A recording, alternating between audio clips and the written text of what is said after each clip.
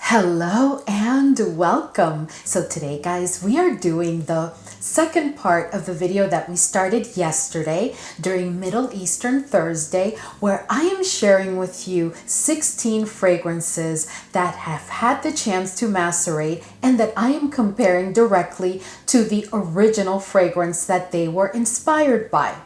So today I'm going to cover with you the remaining 7, as yesterday we covered 9. But before we jump right in, if this is your first time here, I'm Arahi and I'm your fragrance concierge because I am totally committed to creating the best fragrance experience for you. I upload videos on Tuesdays, Thursdays, Sundays, and sometimes you even get a bonus video for the week. If that sounds like the type of content that you're interested in and like a good plan, then please consider subscribing, give this video a thumbs up, and don't forget, leave a comment. Let's go. All right, guys, so the first fragrance that we're going to start with today is none other than Swiss Arabian's SHAGHAF Oud Tonka. And of course, it is said that this fragrance was inspired by BDK's Velvet Tonka. So guys, this is a fragrance that I absolutely love, and that is SHAGHAF Oud Tonka. I have to tell you that I am completely obsessed with this fragrance. Like, this is a fragrance that I really shouldn't be pulling during the summer, but I do. And of course, I did always like Velvet Tonka, which is why I have it in my collection. This was a love for a while, and then something happened to me that, I don't know, I just stopped using it. And once this one came out, it made me want to pull this one and of course do quite a number of comparisons because I really love this scent profile. But let's talk about the differences between these two fragrances now that SHAGHAF Oud Tonka has had the chance to macerate. So the first difference is, to my nose, in the level of sweetness. And in the level of sweetness, I have to tell you that Velvet Tonka to me is a bit sweeter. Because in SHAGHAF Oud Tonka, what I am finding is a bit more vanilla. But for some reason, that increased sweetness in Velvet Tonka does not translate to my nose to more vanilla. No, I don't know what else is in here, but it just doesn't translate to more vanilla. But in SHAGHAF Oud Tonka, I am picking up on more vanilla. Also, and you let me know if this is the case for you, but I also find that there's like a lactonic quality to SHAGHAF Oud Tonka that I'm not necessarily picking up in Velvet Tonka. Velvet Tonka to my nose is very aromatic, and that alone does not really allow it to be very lactonic.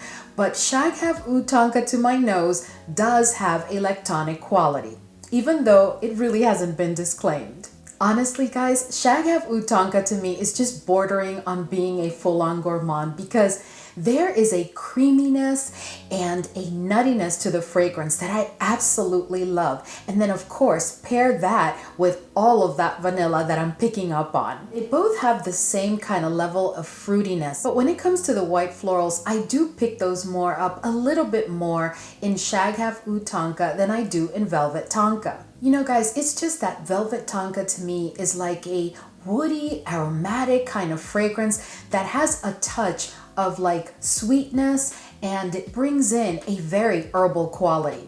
While in SHAGHAF Oud Tonka, for me, this is, like I told you before, like almost a gourmand, if not a full-on gourmand fragrance that brings in that creamy quality supplemented by that lactonic quality. And of course, it has a ton of vanilla. It has that nuttiness I can clearly pick up on the almond.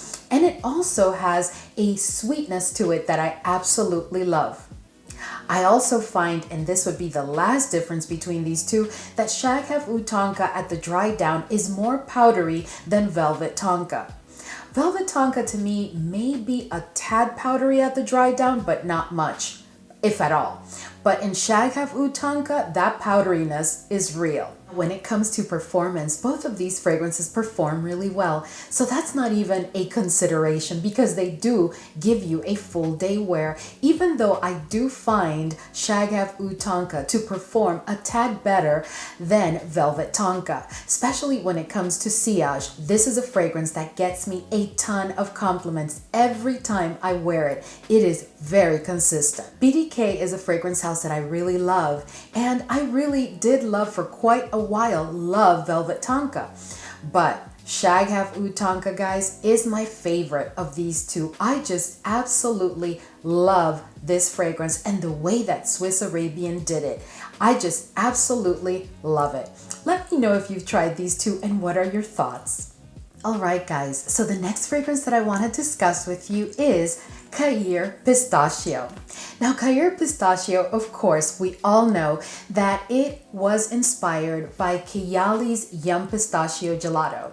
Now, guys, I have to tell you, I don't pick up on any difference between these two fragrances.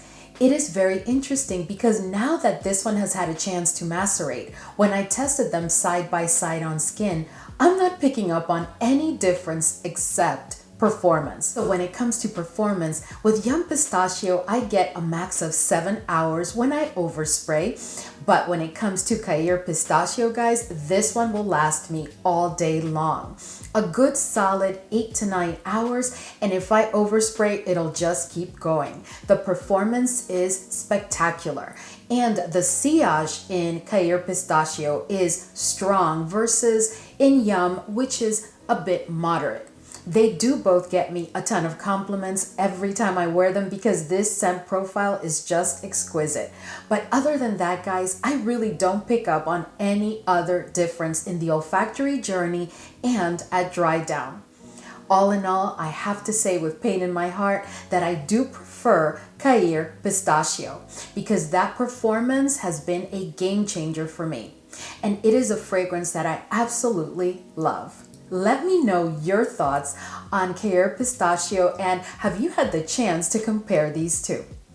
All right, guys, so the next fragrance is a fragrance that I did not have the opportunity to haul here on the channel because we transitioned into spring and I got caught up in some new releases, and by the time I was ready to film a video dedicated to the following comparison, I felt like the season was over for this fragrance. But today, I do want to share this with you, and I am speaking about Noir d'Arabie from Pendora.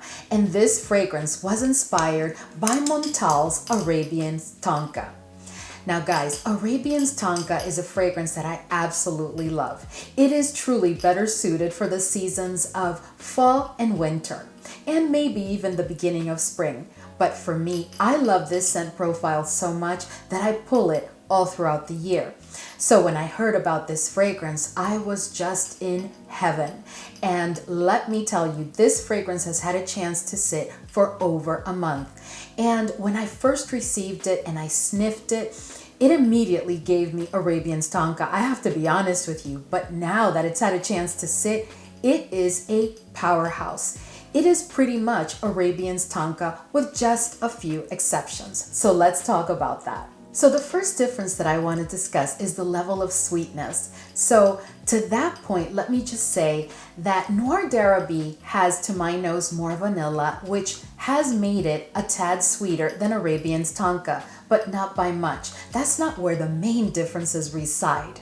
But when we're talking about oud, I can tell you that the oud in Noir d'Arabie, to my nose, has been done in a smoother way than it has been in Arabian's Tonka. Now, in Arabian's Tonka, the oud has been done perfectly, but it's just a tad more intense than that you find in Noir d'Arabie. In addition to that, at the dry down, I find Noir d'Arabie to be much more powdery than Arabian's Tonka. So I dare say that if you're going to use Noir d'Arabie, you really have to appreciate a powdery dry down in a fragrance. Now, pretty much when it comes to the rose in this fragrance, which is pretty much a centric and dominant note in both of these fragrances, the rose to to me performs exactly the same.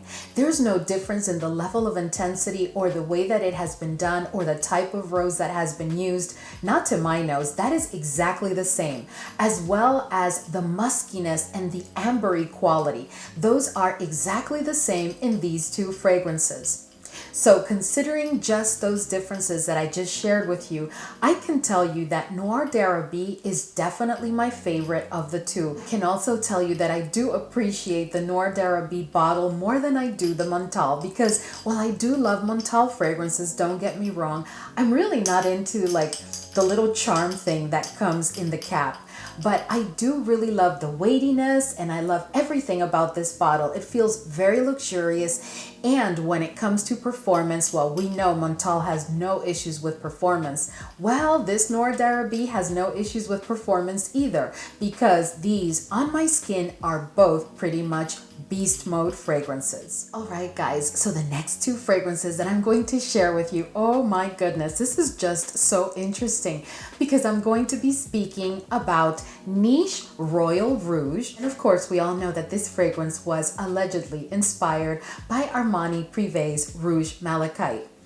Now, when it comes to Rouge Malachite, this is a fragrance that, of course, most of us love. And I was just so curious to see what they had done, because this is quite expensive, and at times it's even difficult to find. So these two fragrances both have a base of like white florals, and mixed in there's also some yellow florals. But the first difference that I pick up in these fragrances is that Rouge Malachite is sweeter than Niche Royal Rouge. Niche Royal Rouge comes across to my nose as a bit more of like a drier kind of fragrance, if you know what I mean. It's, to my nose, it's not very sweet, if at all. But Rouge Malachite is definitely a sweet fragrance. Not very sweet, just sweet. Let's talk about the florals, because that's where the differences really reside. One of the things that I've always absolutely admired and loved about Rouge Malachite is the way that they did the white florals and the yellow florals, how they managed to balance both of those bouquets, which can be pretty powerful in a fragrance. But when it comes to the white florals and the yellow florals, there is a perfect balance. Rouge Malachite does open with quite a bit of white florals, but throughout the olfactory journey, they start to blend in and bring in those yellow florals, and by the dry down, you just have an exquisite blend of florals. When it comes to Royal Rouge, I am finding that there are some white florals and yellow florals, but the blend, at least to my nose, is not as smooth as what I find in Rouge Malachite. I also find that the white florals in Royal Rouge are more prominent than the yellow florals, which is part of the reason that I'm saying that the blend is a bit different when it comes to the florals in these fragrances. I also find that the note of tuberose is a bit more dominant in Royal Rouge than it is in Rouge Malachite. In Rouge Malachite, honestly guys, the tuberose does not even stick out to me that much at all, because again, the blend of the florals has been done exquisitely in this fragrance. I'm not saying that the blend of the florals is not good in this one. I'm just saying that in this one, I can clearly tell you that the white florals are dominant and the yellow florals take a backseat, while in Rouge Malachite, all of the florals are blended together beautifully. Now, when it comes to the animalic quality of these fragrances, I find it to be pretty much the same, and when it comes to the woodiness, I'm picking up exactly the same levels and the same types, so there are no differences there. I have to tell you that the performance on both of these fragrances is really good. This one has performed for me exquisitely since when I first picked it up. I have to tell you that these fragrances do smell similar, but to me, they are not the same fragrance. I mean, they're really not, guys. This at best would be like 80% the same. I should really say 75, but I'm going to be generous and say more 80%. So if you have not picked up Rouge Malachite and you were wondering, should you pick up this one instead of, saving up or whatever for Rouge Malachite, I can tell you that you can definitely pick this one up and you'll be fine within the scent profile, because there are similarities. But are they the same fragrance? They really are not to my nose. And between the two, I still do prefer Rouge Malachite, even though I really value Royal Rouge. All right, guys, the next fragrance that I want to discuss with you is from Paris Corner, and it is Rouge. And I've had so many of you ask me the question in the comment section, and a couple of you even DM me to ask me if you should just pick up this one versus picking up DELINA from Perfumes de Marly. And I'm really sorry to have to tell you this, but these two fragrances, guys, are not the same. They're not even, like, to my nose, similar, but let's talk about it in detail. Let me tell you about a couple of notes that can be found in DELINA that are definitely not found in Rouge. And those notes would be lychee, nutmeg, and incense. Now guys, those three notes are enough to create quite a difference, because we are talking about those three notes cannot be found in Rouge, and I am not picking them up at all. And I can tell you that the lychee and the nutmeg and definitely the incense play a very stellar role in the note structure of DELINA. That smoky quality that you pick up in DELINA, which has been done smoothly and beautifully, is one that you do not find in Rouge whatsoever. But the most important difference for me is when it comes to the mix of the rose and the peony and that lychee. That is a total game changer of what you find in Rouge, which we're going to talk about in a minute. Then the nutmeg brings a spicy quality, because I am going to say it's a spicy quality because I don't clearly distinguish nutmeg in DELINA, but I do pick up on a spiciness. And I'm pretty sure there are other spices in DELINA that have not been disclaimed. But all in all, that is not the case in Rouge. So now we have three major differences. We have the spicy quality of the fragrance that cannot be found in Rouge. We have a fruity quality that cannot be found in Rouge because Rouge does not have lychee. And to top it all off, we're talking about a smoky quality, which cannot be found in Rouge because there is no incense. Now let's talk about Rouge. There are three notes that are very present in Rouge.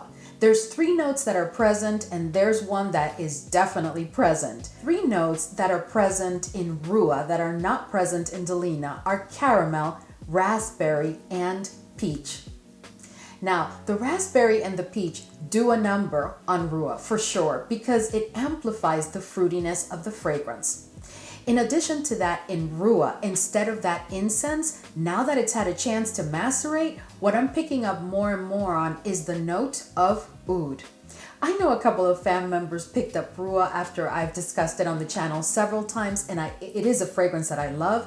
But guys, these two are just not the same. But if you have Rouge, can you tell me, do you pick up on that oud the more you allow this fragrance to sit? Are you picking up on that very nicely done oud, but definitely present oud in Rouge? Because it is a fact. While I'm not picking up on any oud in DELINA, but I am picking up on that incense, and that incense versus the oud in Rouge have nothing to do with each other, believe me. Other more negligible differences, right? So there's the note of rhubarb that has been done quite differently in both of these fragrances. You know, rhubarb is not a note that I'm really into much because rhubarb can go south real quick, right? And I just find that the note of rhubarb is a little bit rough in Rouge, and some people may confuse that rhubarb note with oud, and it's really not. This fragrance has oud. Now, when it comes to DELINA, I also find that DELINA has a bit more of a tropical quality for sure than Rouge, because Rouge does not even give me a tropical quality. I can also tell you that to my nose, DELINA has a touch of greenness, while in Rouge, I am not picking up on greenness. What I'm picking up on is a tad of earthiness and definitely a collection of woody notes. So guys, I could go on and on forever because there are considerable differences in the olfactory journey and dry down and wear of these fragrances.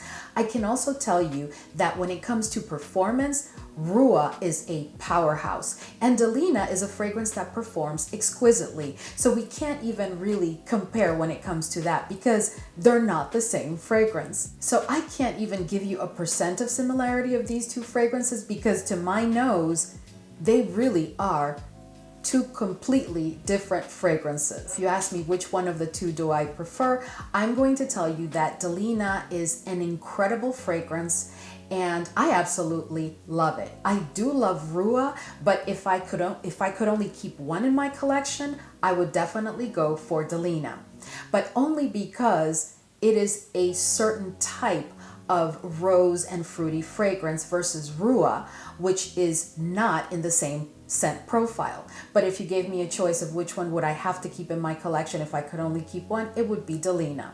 All right, guys, so I hope that you're ready for this next one, because this is one, guys, that when I first sniffed and I started to really test it after it had sat for over a month, I am speaking about Niche Emarati's Antique. And for those of you that have been with me for a while and you started the Middle Eastern fragrances journey with me, I am going to tell you right now that this fragrance is unbelievable. Now, this fragrance is being compared to BDK's Gris Charnel. Now, guys, this is my second bottle of Gris Charnel. That's how much I love this fragrance. Yes, I am one of those people that absolutely loves Gris Charnel. So let's talk about these two fragrances. So it's very simple. When it comes to these two, I can tell you that to my nose, Gris Charnel is a bit more aromatic than Antique. And when it comes to sweetness, I do think that Antique is a tad sweeter than Gris Charnel. But guys, the performance of both of these fragrances is spectacular. Gris Charnel is not a fragrance that I ever have to overspray to get a full day's wear, and it is a fragrance that definitely gets me compliment. It has a strong sillage and it has perfect projection during the first 2 hours, and then it's a scent bubble on my skin. That is the same case with Niche Emarati's Antique. Actually, with Antique, without having to overspray, I can typically get like an hour extra. So where I can get like 8+ hours with Gris Charnel, with Antique I could probably get 9+ or even 10+, because this fragrance is pretty much kind of beast mode. Even though Gris Charnel, if you have it, you would agree, is bordering on beast mode also. Now, putting that aside, guys, which is not even, that's like a negligible difference in addition to the differences that I spoke about when it comes to the accords of the fragrance and some of the notes. The iris has been done exactly the same in these two fragrances, which is typically something that when I compare two fragrances, I can find differences when it comes to the notes of iris and violet, but here they're exactly the same. When it comes to the warm, spicy quality of Gris Charnel, I find it to be the same in Antique. All in all, guys, I could go down the list and I can tell you that it's all pretty much the same.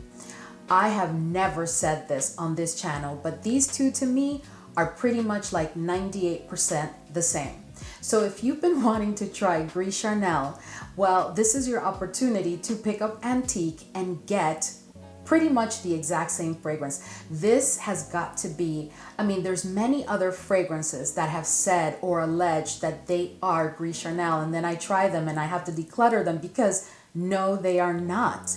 But when it comes to Niche Emarati's Antique, oh my goodness, this is almost spot on Gris Charnel. Let me know if you have tried Antique and if you have Gris Charnel in your collection, and have you compared them, and what are your thoughts? All right, guys, so the next and last fragrance that I have for you today. So we're going to be talking about THARWAH Gold, which all of you, I'm sure at this point, know that it has been compared to YSL's Libre Intense. So both of these fragrances have a ton of vanilla, and they both have a fresh, spicy quality courtesy of some citrusy notes that can be found in each.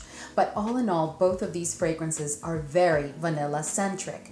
They also have some white florals and some lavender. They also have a very ambery quality to them, and they are sweet fragrances. When it comes to all of those key notes and accords that I just mentioned, I can tell you that I only find a couple of differences. Number one, it's in the extent of lavender that has been used, and I can tell you that the lavender to my nose is more present in Libre Intense than it is in THARWAH Gold. Then when it comes to sweetness, I find that Libre Intense is a tad sweeter than THARWAH Gold because I'm also picking up on a tad more vanilla in Libre Intense than I do in THARWAH Gold. Other than that, guys, we pretty much have the exact same olfactory journey. When it comes to performance, I can tell you that both of these fragrances perform really, really well on my skin, but I do get about an extra hour to 2 hours with THARWAH Gold, depending on if I overspray or not. But Libre definitely gives me very, very good performance of 7+ hours without having to overspray. So that's not even a difference that I can really focus on. When it comes to sillage and projection, they both give me a 2-hour projection, after which it becomes a scent bubble, and pretty much I stay in that scent bubble realm the rest of the day. When it comes to sillage, they both have a tad higher than moderate sillage, and they are fragrances that consistently get me a ton of compliments. I mean, if you wanted to pick up Libre Intense for a while and just never came around to it, well, I will recommend THARWAH Gold to you. Do I have a favorite between these two? I have to say that I love the extra sweetness in Libre Intense, but I absolutely love THARWAH Gold. And I think that the value for the money is just unbelievable. Like, you just can't go wrong, because to me, they're pretty much the same fragrance. So right now, as you can see, I love Libre Intense. And right now, to me, THARWAH Gold is probably like considered a backup bottle. In addition to that, you may want to consider, if you have Libre Intense and you also picked up THARWAH Gold, have you ever thought about just using THARWAH Gold in combination to Libre Intense to have Libre Intense last you a bit longer? Alright guys, so we have reached the end of today's video, and this was part 2. In about a month, I will have an entire other lineup of fragrances that will be done with their maceration process, and that I will bring to the channel and do the exact same type of comparison that I've done in these 2 videos for you. As always, thank you so much for hanging with me today, and I will see you in the next video.